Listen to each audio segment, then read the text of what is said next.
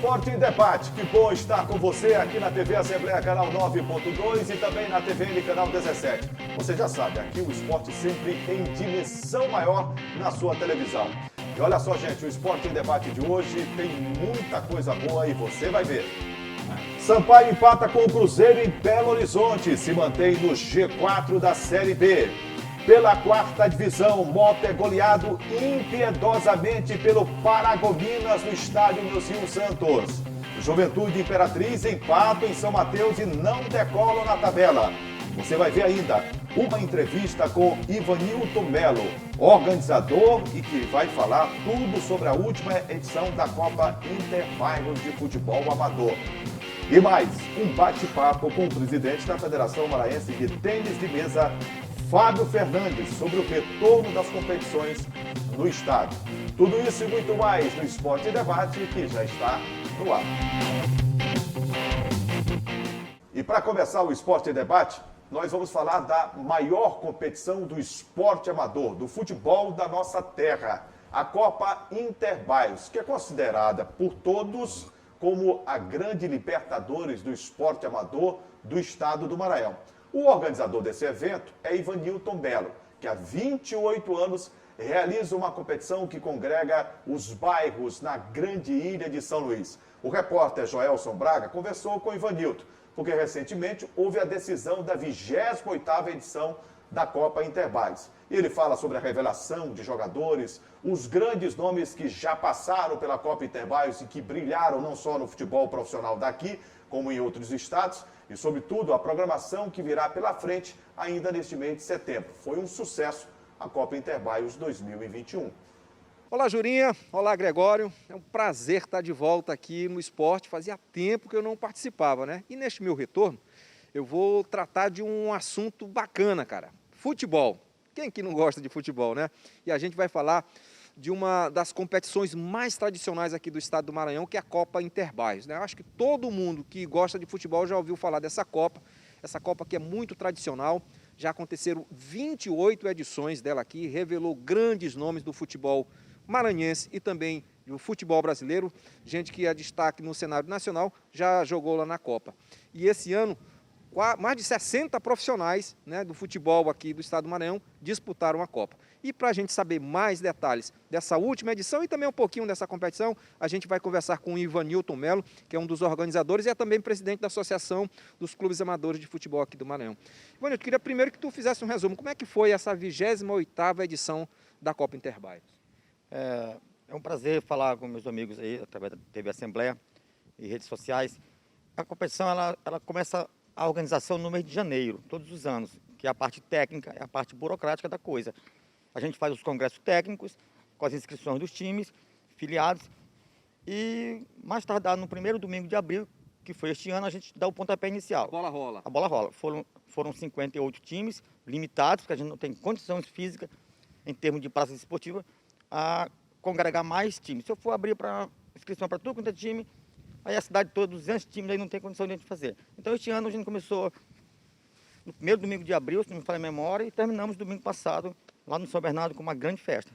O time campeão foi lá da Vila Itamar, não é isso? A Vila Itamar chegou 3 vezes consecutivas na final e este ano obteve êxito e foi campeão diante da forte equipe do Cantareira de Itapera do Maracanã. Agora, Ivanilton, eu sei, né, todo mundo sabe, na verdade, que fazer futebol, até times profissionais da Série A, da Série B, vivem com dificuldades, principalmente na questão da organização. Como é que é organizar uma competição desse tamanho e principalmente nesse momento que a gente vive de pandemia? É verdade, as dificuldades são imensas. Os times são pobres, não tem recurso, ninguém tem patrocínio, a não ser a própria comunidade que disponibiliza algum tipo de ajuda. Então a gente tem que buscar as parcerias. No nosso caso, através da CEDEL, do Governo do Estado do Maranhão, da Lei de Incentivo ao Esporte, queremos aqui agradecer ao governador do Estado do Maranhão, o secretário da CEDEL, e o Supermercado Mateus, que congrega esse tipo de apoio para a gente. E aí a gente tem um trabalho muito longo em termos de organização. Você viu, 58 dirigentes de time. Se trouxer um por time. Nas reuniões comparecem 3, 4, 5, a depender de cada time e do momento do campeonato. Então são muitas cabeças pensantes, mas a gente tem um regulamento próprio, a gente tem um regimento interno, a gente tem uma forma de disputa que é discutida durante os congressos técnicos E graças a Deus, 28 anos está dando tudo certo. Você fala aí na participação dos dirigentes dos clubes, e isso é importante, né? Porque às vezes tem um regulamento, as pessoas não comparecem lá para discutir o regulamento, e depois que a competição está rolando, que isso não pode, aquilo não pode e tal, e aí complica. Mas lá as pessoas participam de fato, né? É muito comum que um ou outro não se interesse por esses debates. Isso é muito importante. Eu sempre digo que o campeonato começa lá no papel. Isso. Quando a bola começa a rolar, já está terminando para mim. Porque aí, quando você... Boa pergunta sua. Quando você não acompanha as reuniões, que pega só o regulamento e lê, e lá na frente tem um problema, quando você deveria sugerir que não seria aquilo, ou deveria ser assim, aí já é tarde. A gente vê isso até no futebol profissional A aqui gente no vê Maranhão, né? muito, e o futebol amador, profissional aqui do Maranhão é uma lástima, né? Em termos de organização, de credibilidade, aqui não vai nenhuma crítica pessoal a ninguém, né? Nenhum, não. Eu digo assim, na forma organizacional, e em termos de competitividade, que não tem. O amador dá um show nisso. Agora, Ivanilton, a Copa Interbairros aí, né, por ter 28 edições, com certeza, vários nomes, né, nomes de destaque no cenário esportivo brasileiro já passaram por lá. Cita aí alguns nomes que já jogaram, disputaram essa competição. Às vezes falha a memória da gente ao longo desse tempo, mas eu vou tentar aqui relembrar alguns, os mais importantes, vamos colocar assim, não tirando os méritos dos outros, mas que chegaram mais longe. Vamos lá. Né? Márcio Araújo, Preto, Arlindo Maracanã, Pimentinha, deixa eu ver aqui, Abu que está jogando, Marcete, Codó, Ted Love, o goleiro Laerte e vários outros, o Anderson do Moto. E a gente vê todos os anos, um dos objetivos nossos revelar atletas e árbitros ao profissionalismo. Agora, Ivanilton, a gente já está encerrando aqui. Com certeza a competição deste ano terminou, mas vocês já estão pensando no ano que vem, né? Já começam a desenhar, fazer um escopo do que será a próxima Copa Interbairros. Com certeza, mas antes da Copa do próximo ano, vai vir a Copa dos Campeões. Que essa Copa dos Campeões, elas são disputadas pelos campeões e pelos vice-campeões das 28 edições. Então a gente faz de setembro a mais tardar final de dezembro, talvez comecinho de janeiro a gente termina. E quando chegar logo após o final da Copa dos Campeões, a gente já trata da organização da Copa Interbairros, que deve ser o mesmo número de times, não dá para colocar mais. A Copa dos Campeões começa quando? Previsão de final de setembro, com os campeões e os vice-campeões de todas as edições do Interbairros. Nilton, eu queria agradecer a tua presença aqui e boa sorte aí nas próximas competições. Hein? Eu é que agradeço em nome dos nossos clubes filiados, e é um prazer ter batido um papo com você aqui, e qualquer coisa, quiser mais informações sobre o futebol amador, eu estou à disposição. Aí, beleza, então. Tá, então, Jurinha, Gregório, a gente conversou aqui com o Ivanilton Melo, que é um dos organizadores lá da Copa Interbairros, aí, uma Copa de grande sucesso. Eu volto com vocês aí, um forte abraço. Vou falar mais da Copa Interbairros com o Gregório Dantas, meu amigo, meu parceiro. Tudo bem, Greg? Beleza, Jurinha? Tranquilo? Tamo junto, meu amigo. Ivanilton, né, é um baluarte do esporte amador, Greg. É verdade. Há 28 anos ele realiza essa competição, que é considerada uma Copa Libertadores, vamos dizer assim, do futebol amador da nossa terra. Bem organizada, bem estruturada e que paga uma premiação que o futebol profissional não paga. Você sabia disso? Sabia. 50 mil reais de premiação.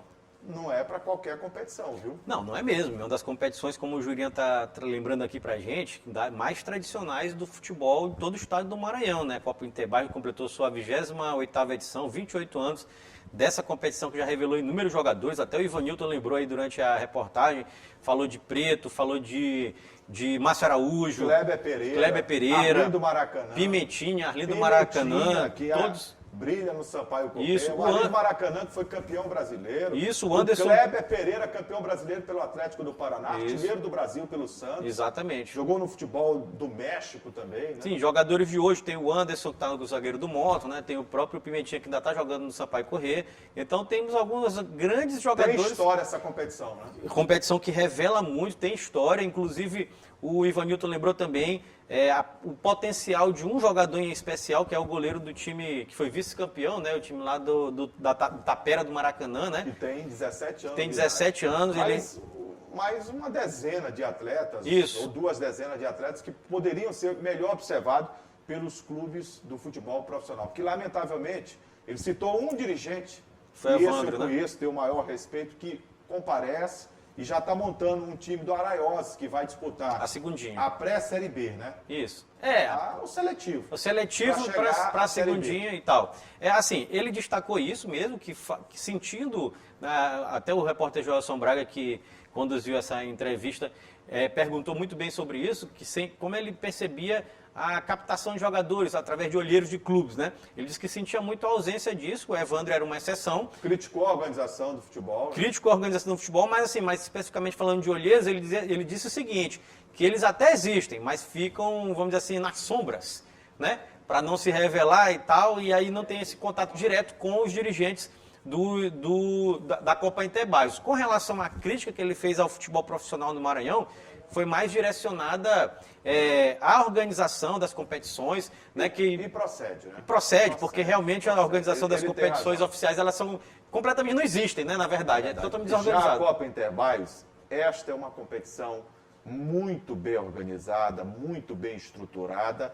uma competição que se mantém há 28 anos. Isso, a gente com não mais- está falando de 2 temporadas, Não. 3 temporadas. Com mais de A gente 50 está clubes. falando quase 30 anos. Sim. E ele falou bem, com 58, porque 58. há uma seleção. Isso. O que ele poderia fazer com 200 clubes, está todo Poderia. mundo querendo disputar E uma tinha- competição e tem- organizada deste nível, né? Isso, e tem time para isso, né? Inclusive, lembrou que está organizando também, já preparando, né, os preparativos para a 29ª edição, começa no ano que vem, logo no mês de janeiro tem o Congresso Técnico, mas logo agora em setembro, no final de setembro, teremos a Copa dos Campeões, né, Juliano? Que é do primeiro, dos campeões e dos Reunindo os vice-campeões. campeões, o De campeão todas as desse edições. ano e os campeões das De edições todas as anteriores. edições, isso, de todas as edições, campeões e vice, para essa competição Que é muito bem pensado, né? Isso, que deve durar ali entre final de setembro e final de novembro. Quer dizer, um calendário cheio, né? Do ano inteiro. Do futebol amador. Bem legal. E ele merece todo tipo de apoio, citou alguns patrocinadores. Sim. E aqui, Citou a CEDEL também, né? aqui eu quero dizer que estão certos os patrocinadores, o governo, o poder público, a Secretaria de Esportes e Lazer, a empresa que foi citada, né, no ramo supermercadista.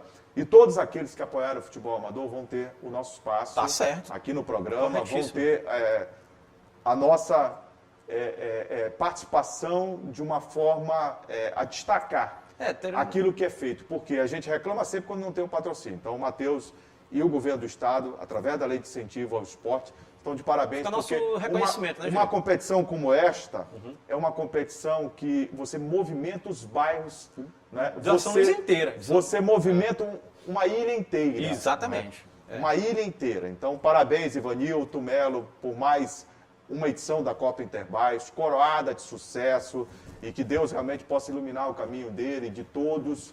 Parabéns às equipes que conquistaram o da Vila direito Itamar, de né, chegar à que decisão, campeão. Vila Itamar, mas eu acho que, além do grande campeão, todas as equipes estão de parabéns, porque disputar uma competição como essa é duro, é difícil. É difícil. O nível técnico é alto. É a gente alto, sabe disso. exatamente. E nos bairros, quando eu falo aqui, ó, esse lateral esquerdo, esse lateral direito, esse jogador aqui, você vai no bairro do Anjo da Guarda, vai no Anil, vai na Coab, você vai no Maiobão, Na vai na Itaquibacanga. Maioba, vai na área Itaquibacanga, Tem. lá tem 10, 15 desses. Na zona rural. É porque eu conheço, viu? E tem mesmo, Juliano. Eu queria, inclusive, agradecer ao Ivanilton, né, pela premiação que nos otorgou, o reconhecimento ao nosso placa, trabalho, né? a placa que nos foi entregue aqui na TV Assembleia. Muito obrigado pelo carinho, muito obrigado por esse reconhecimento, mas eu quero dizer que é a nossa obrigação, viu?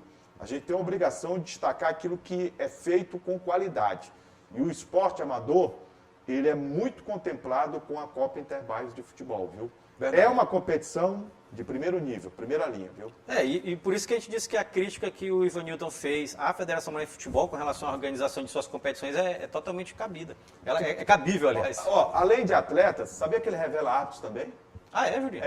Revela árbitros. Os árbitros que hoje a federação, alguns deles, leva para o quadro pra ser Passaram árbitro, pela- passaram pela Copa Interbairros. Que é um bom aprendizado, né? Serviu. Excelente aprendizado. Serve de vitrine Sim. também para a arbitragem. Exatamente. Inclusive, hoje é dirigida pelo Josivan Ribeiro, que é da primeira divisão, que era árbitro da primeira divisão Sim. do nosso futebol aqui. Para você ver o nível, né? Nível altíssimo. Nível altíssimo. Parabéns a todos. Parabéns. Depois do intervalo, uma entrevista exclusiva com o presidente da Federação Maranhense de Tênis de Mesa. Ele vai falar sobre o impacto da pandemia, mas as competições não pararam. E vem aí uma competição em âmbito nacional para a cidade de São Luís no tênis de mesa. Segura aí que daqui a pouco a gente volta.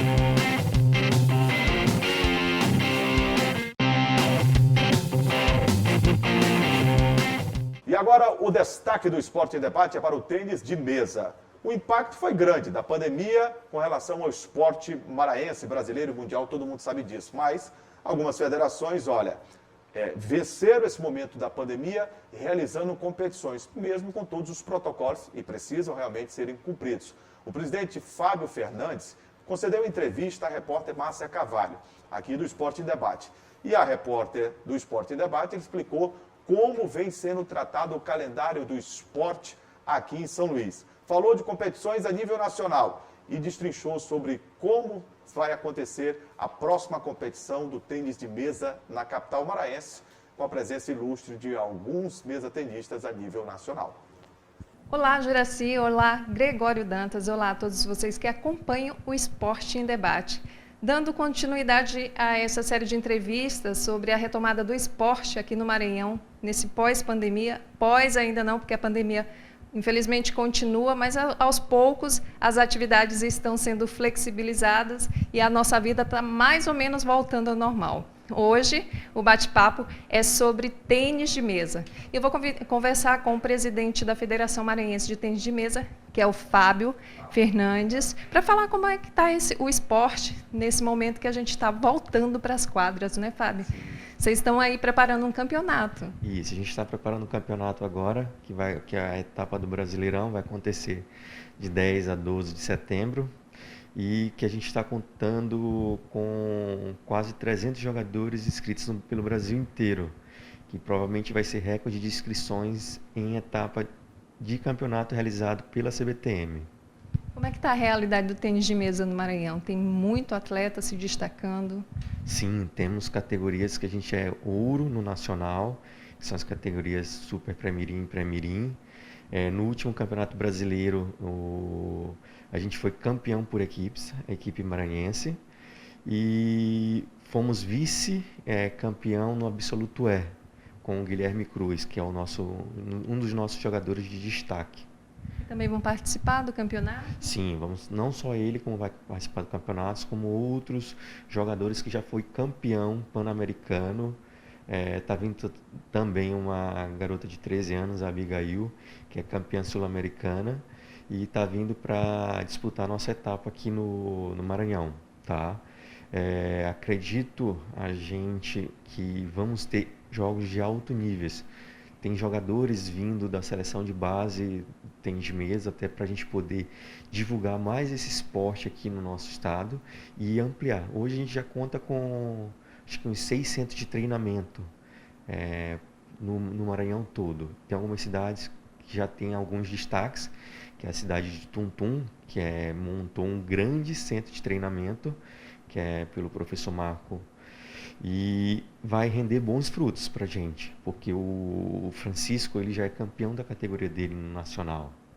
Ele tem, se eu não me engano, 8 a 9 anos de idade. Certo, e a gente sabe que o tênis de mesa também é um esporte olímpico, né, que merece bastante destaque. E assim, a gente está falando de retorno às atividades esportivas, após esse momento longo, né, que a pandemia nos obrigou. E como é que está essa retomada de vocês? A gente sempre teve a prática do esporte com muito cuidado, seguindo os protocolos. A gente está com muita restrição, porque o tênis de mesa ele sua e a gente tem que ter um pouquinho mais de cuidado. A nossa retomada está sendo boa. A gente teve uma etapa agora realizada no Clube Independente, onde também foi um grande sucesso. Essa é já uma etapa estadual, onde não pode vir jogadores de fora, mas também teve muitos jogadores inscritos.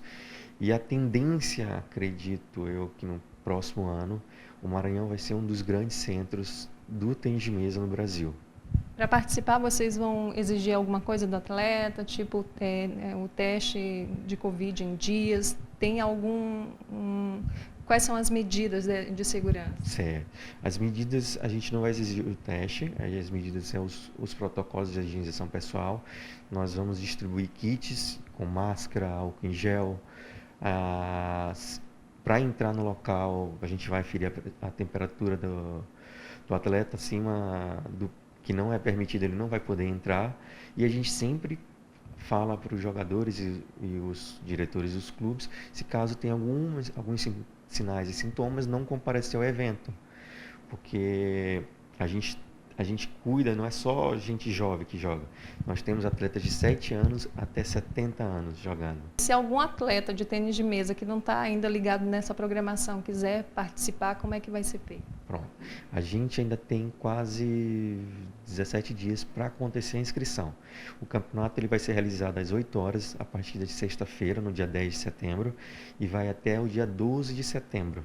Certo? Vai ser no Lusitana Mall, localizado no bairro Coama, e com uma estrutura de mais ou menos 20 mesas. Então, nunca se viu um campeonato aqui no Maranhão com todas essas mesas, para compor todos os jogadores e mesas de alta qualidade, mesas importadas. Será aberto ao público? Sim, será aberto ao público, mas desde que siga todos os protocolos contra o Covid. É isso aí. É isso aí, muito obrigada, boa sorte. Espero que o tênis de mesa realmente ganhe o seu destaque, não é? A gente sabe que é um esporte maravilhoso, um esporte super importante aqui para o estado, para o Brasil e para o mundo, não é? Márcia Carvalho, para o Esporte em Debate.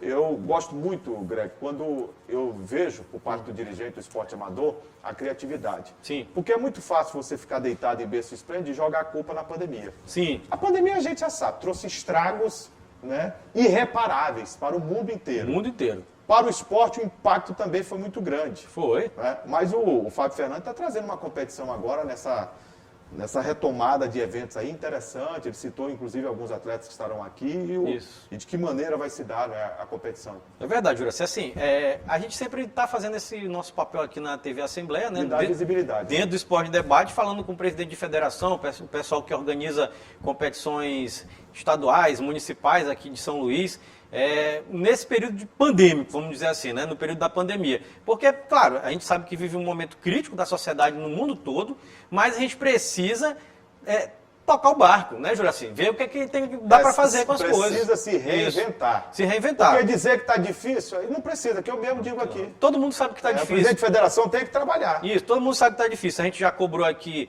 calendário de competições, pelo menos a realização de alguns projetos. Assim, você pensa o quê a respeito de competições futuras, de protocolos sanitários, de tudo, né? Com relação a tudo, para a volta do esporte, da sua modalidade. Fizemos com quase todas as modalidades, agora com o tênis de mesa. O Fábio conversou aí com a Márcia Carvalho, falou dessa competição que vai acontecer aqui em São Luís entre 10 e 12 de setembro, que já vão começar o período de inscrição, competição a nível nacional. Terá toda uma organização da Federação Maranhense de Tênis de Mesa e seguindo todos os protocolos rígidos, né? Protocolos rígidos. Ele falou que a única coisa que não vai ter é teste obrigatório para os atletas todo dia. É a única coisa que não vai ter. Tirando isso, vão ter todos os protocolos. Mas essa modalidade, Greg, pela forma de ser praticada, ela habitualmente já se tem a distância acima de 1,5 metro, que é o previsto pela Organização Mundial de Saúde. Né?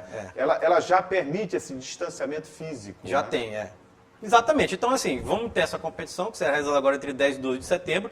O Fábio falou muito bem com a Márcia Carvalho. Claro que ele pensa, além de tudo, pensa também em como realizar outras competições em São Luís. Falou da última competição também realizada pelo CT Independente, que é aqui no Parque Shalom, de tênis de mesa, que aconteceu agora no mês de julho. Teve uma competição no mês de julho agora recentemente. Né? Isso, recentemente. E então, assim, a Federação Maranhense de Tênis de Mesa tocando o barco, né? Porque tem que tocar mesmo. A gente sabe que a pandemia afetou tudo, todos os setores, o esporte não foi diferente. Jurinha lembrou aqui, tivemos o maior evento esportivo da história, que é a Olimpíada adiada, um ano, por conta de uma pandemia, coisa que não acontecia. É verdade. Só aconteceu durante Guerra Mundial. E aí teve de novo, né? É verdade. O tênis de mesa, olha, eu gosto de praticar, viu? Isso é legal. Mas a TV Assembleia tem um dos grandes praticantes aqui, o Ronald II. Ah, é? Gosta. Ele sai de casa, inclusive, dizendo para a esposa que está indo jogar tênis de mesa. É verdade. Constantemente. Ele fala isso para ela. Fala. E ela acredita, Juninho? Aí é outra história, Gregor. Lá vem ele fala, eu não sei, ele diz em casa que vai jogar tênis de mesa. Eu acredito nele. Volta sem raquete, sem bola, sem nada. Sem nada, né? Tá bom. Deixa tudo no local. Deixa tudo lá, né? Eu acredito. Tá. Depois do intervalo, o destaque para o futebol. A coisa andou feia para o Moto no Estádio Municipal Nilzinho Santos. O Papão foi goleado pelo penúltimo colocado da competição. E daqui a pouco você vai saber também. Série B do Campeonato Brasileiro. Sampaio conquista um ponto importante jogando no Estádio Independência, em Belo Horizonte, diante do Cruzeiro de Vanderlei Luxemburgo na Série B do Brasileirão. E mantém-se no G4. Segura aí que daqui a pouco a gente volta.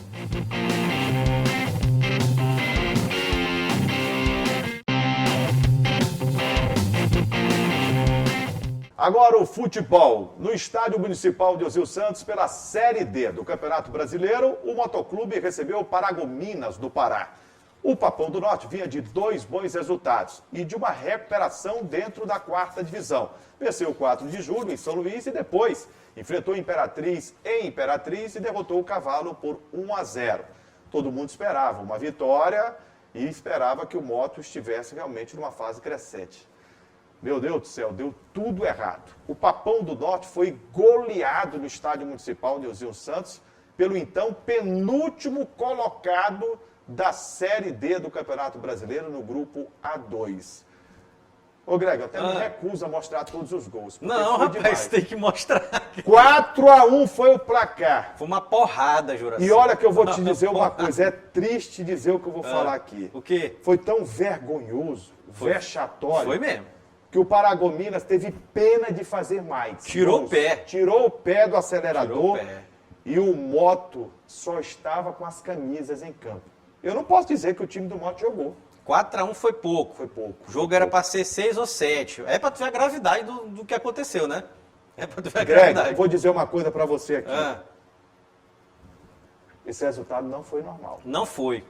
Algo Não de foi. muito estranho aconteceu no Reino Rubro-Negro. No Reino Rubro-Negro. Desandou a maionese total de sexta para sábado e domingo. O caldo estava espalhado no estádio de Osílio Santos. Tava. Greg, ninguém bota na minha cabeça que o Paragominas vai ter condições, e vou mais além. Nenhum time do grupo do Moto, inclusive o Guarani, que venceu de novo, tem time para chegar aqui e meter 4 no Moto. Tem não? Tem não, concordo. Foi um desastre, Concordo. mas muito estranho o que aconteceu ali. Foi. E se é algum tempo atrás, O que é que caía tem? do presidente ao roupeiro. É isso aí, a gente tem que falar mesmo, porque é verdade.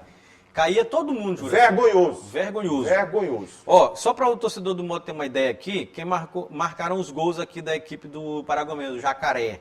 O Dutra e o Vanderlan no primeiro tempo. No segundo tempo, o Aleison e o Ed Kleber. E o Ted Love fez de novo, de falta, né? A sua especialidade, né, Juliano? Bateu a bola, desviou, né, na barreira. Mas foi só. É, e foi só. E aí esse jogo aqui não era para ter sido 4-1 não, viu, torcedor do Moto? Isso aqui, Naldo que é torcedor do Moto, viu? Era 6 ou 7. O Moto apanhou de pouco, que é uma vergonha, absurdo. A gente tá com aquele lance, Juliano, de ficar pensando, será que aconteceu alguma coisa? Não aconteceu. Não, aconteceu. Aconteceu. Não, e a gente aconteceu. acompanha futebol há tantos anos, a gente sabe que aconteceu. Eu tô há 30 Aconteceu. anos no futebol É. e ninguém vai dizer pra mim que aquilo ali foi de jogo. Não. Não, não foi. Jogo houve antes. Teve alguma O coisa Moto antes. participou de um jogo antes desse Teve. jogo contra o Paragominas e já entrou em campo derrotado. Comissão técnica, jogadores e diretoria. Tem que ser cobrados. O pior é que o técnico do Todos. Moto, o Carlos Ferro, andava É. dizendo que ele tinha diploma de não sei o quê, diploma não sei de quê, especialização na China, não sei aonde, aqui na Cochichina, acolá. E, de repente, os diplomas desapareceram todos. Desapareceram e o Paragominas atropelou. Passou por cima dos piores equipes desse grupo aqui. Só não é pior do que o Tocantinópolis, porque é impossível ser pior do que o Tocantinópolis.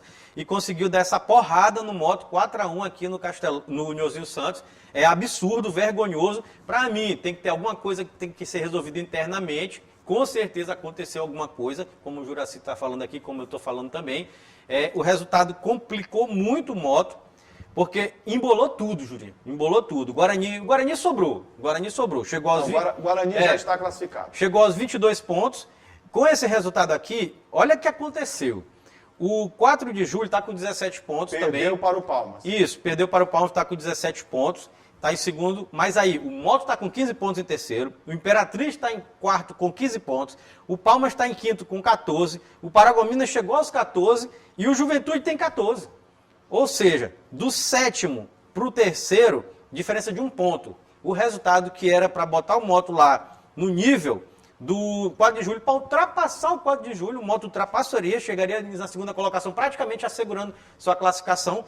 Na verdade, embolou tudo e agora tudo pode acontecer. Greg, Tudo pode acontecer. Vergonhoso. Como é que você vai esperar? O Moto tem pela frente o Imperatriz aqui.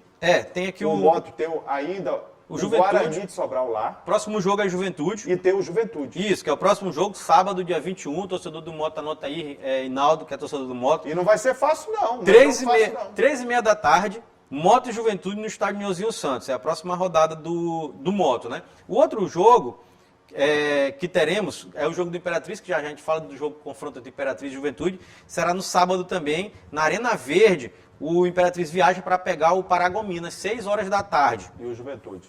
Não, o Imperatriz viaja para pegar o Paragominas. E o jogo aqui é Moto e Juventude. Moto e Juventude. Santos. Isso. Ô Greg, em São Mateus, no estádio Pinheirão, Juventude e Imperatriz fizeram um jogo equilibrado. 1-1. Um para o Juventude, que abriu o placar, o Imperatriz empatou 1-1. Foi o resultado. Foi. O resultado não foi bom para os dois. Não, foi péssimo, né? Porque assim... Principalmente para o Juventude, né? Assim, porque quem ganhasse esse jogo, praticamente... por exemplo, se o Juventude ganhasse, chegaria a 17 pontos e podia assumir... Aliás, chegaria aos 16 pontos. Superaria o Moto. Isso, superaria o Moto. E se o Imperatriz ganhasse, seria o vice, estaria na segunda colocação. Passaria o 4 de julho, se o Imperatriz ganhasse. Chegaria aos 18 pontos. Não deu certo. Né? Chegaria aos 17 pontos, aliás. Então não deu certo, então o resultado foi ruim para os dois, mas foi pior para o Juventude porque jogava em casa. A diretoria do Moto precisa dar explicações, tomar atitudes enérgicas. O que aconteceu tem que ser explicado. Aquele jogo ali, tá tudo muito estranho. O Moto perder de 4-1, da forma que perdeu, para um time fraco. Fraco, em casa. Um time que o Moto não tinha condições de perder tecnicamente. Não. E goleado da forma que foi, aumentando o vexame e a vergonha. Foi uma vergonha o Moto. Foi uma vergonha. Foi uma vergonha. E assim, você foi bem, Juliano. Fraco, time horrível para Paragominas, em casa, e podia ter sido mais. Isso que é loucura a gente vai analisar isso, né? Podia ter apanhado demais o Moto. Mas eu não sou bobo, não. Aquilo ali tem coisa... Tá errado. Ali o extracampo foi determinante. Foi. Eu não engulo essa não, viu? Depois, nós vamos falar agora, torcedor maranhense, da Série B do Campeonato Brasileiro. Depois a gente vai saber o que aconteceu no time do Moto e durante a semana a gente vai ter maiores informações. Agora, na Série B do Campeonato Brasileiro, o Sampaio Corrêa foi ao estádio Independência, em Belo Horizonte. Estádio este que o Atlético, o América e o próprio Cruzeiro mandam os seus jogos. Estádio de boas condições e o Tricolor de Aço provou que o técnico Felipe Suriano tem uma estrela que vem brilhando muito. O Sampaio saiu na frente, fez 1-0 aos 40 minutos, depois de uma pressão intensa da equipe do Cruzeiro e boas defesas do goleiro Mota, que substituiu o Luiz Daniel, suspenso pelo STJD, com 4 jogos. Mas o Mota voltou e voltou muito bem. Praticou defesas sensacionais. Aos 40 minutos, jogada começou no meio campo pela direita, e tem torcedor, inclusive, vibrando ainda com esse gol. Arrancada de Watson pelo setor direito, ele tabelou com o Jean Silva, que foi a linha de fundo. E ele foi à linha de fundo e efetuou o cruzamento. O Watson, como elemento surpresa, entrou no meio da defesa e com um toque sutil venceu o goleiro Fábio, do Cruzeiro. 1-0 para a Bolívia querida, e este foi o placar do primeiro tempo. Veio o segundo tempo e a pressão aumentou do time cruzeirense, do técnico Vanderlei Luxemburgo. Pressão para cima do time do Sampaio. Muitas modificações, tanto no Sampaio quanto na equipe do Cruzeiro. Dentre elas, no time estrelado de Belo Horizonte, a volta do Marcelo Moreno. Teve oportunidade, o boliviano mais brasileiro do que boliviano. Fala um português hoje, olha, de primeira linha. Ele entrou no segundo tempo e no escanteio batido pelo lado direito por Claudinho, acabou aproveitando o vacilo de Nilson Júnior de cabeça, fez o gol de empate para vencer o goleiro Mota. Resultado, 1-1 com uma pressão enorme do Cruzeiro até o final do jogo para cima do Sampaio. Foi. Ô Greg, 1-1 foi o placar do jogo. Foi. Não foi bem isso que o jogo mostrou, né? Nem o pingo. Mas o resultado foi... sensacional. Sensacional para a Bolívia, né? Aqui... Mantém o quarto lugar, e como é importante, né? A Bolívia querida é G4 na Série B do Brasileirão. G4 depois de realizadas 18 rodadas. É um resultado marcante e expressivo. Praticamente um turno do campeonato. Falta só um jogo para encerrar o turno. O Sampaio está no G4 da competição. Espetacular a campanha do Sampaio. Dignifica o futebol do Maranhão. Mostra a grandeza. E a gente vê no sábado os gols, né, da rodada.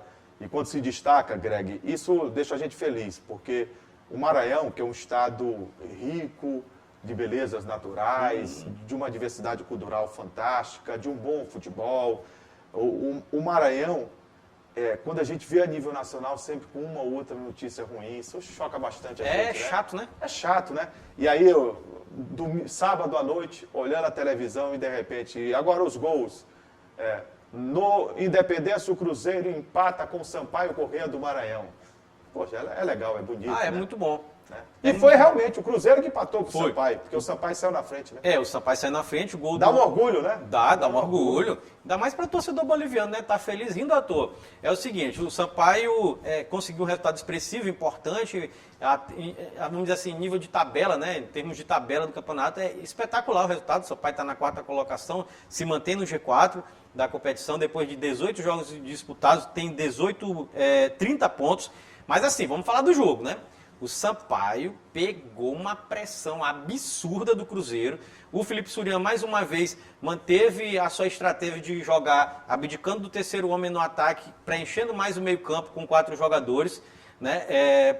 De forma reativa. Né? Isso, de forma reativa. Mais uma vez, agora, dessa vez ele botou o Zé Mário para jogar do lado esquerdo. Quase entrega um gol no segundo tempo ali. Quase. Eu estava assistindo o jogo, o Felipe Surian deu um bicudo na água, ficou louco. Tu é louco, começou a gritar, tu vai entregar o jogo. Porque aconteceu o seguinte, o Sampaio mais uma vez jogando de forma reativa, como o pessoal está acostumado a falar hoje, que a gente antigamente conhecia como explorando os contra-ataques. Né, Jurinho? Mudou a nomenclatura, mas é a mesma coisa. Explorando os O contra-ataques. futebol hoje está cheio de palavras difíceis e bonitas, mas que é a mesma coisa. Aí eu concordo com o Vanderlei Luxemburgo, quando ele diz, o futebol hoje está cheio de coisinhas diferentes, palavrinhas diferentes, mas é a mesma coisa. É porque são novos termos, né? As coisas assim evoluíram, mas assim, para o torcedor que acompanha o futebol há muito tempo, nada mais é do que explorar contra-ataque. Jogando por uma bola também. E assim, o Sampaio jogou por uma bola. Ficou tão explícito isso que no intervalo do jogo o próprio Zé Mário deu uma entrevista e no intervalo lá para a TV de assinatura que estava fazendo a cobertura do jogo e perguntado pelo repórter de Belo Horizonte, disse assim, e aí o jogo do Sampaio, então ganhando de 1-0, a gente veio aqui para isso, a gente está jogando por uma bola, nosso objetivo era esse e até agora cumprimos. Ele assumiu... Mais claro do que isso. Ele assumiu, né? Toda a postura e tudo que o Felipe Surian pensou para o jogo. O jogo foi 1-0, o Sampaio era para ter perdido. Isso aqui era tem que ficar bem claro. Mas o futebol não tem justiça. Não né? tem, não tem. Porque o Cruzeiro... Ainda bem que não tem. Nesse caso né? Porque foi bom para o Sampaio.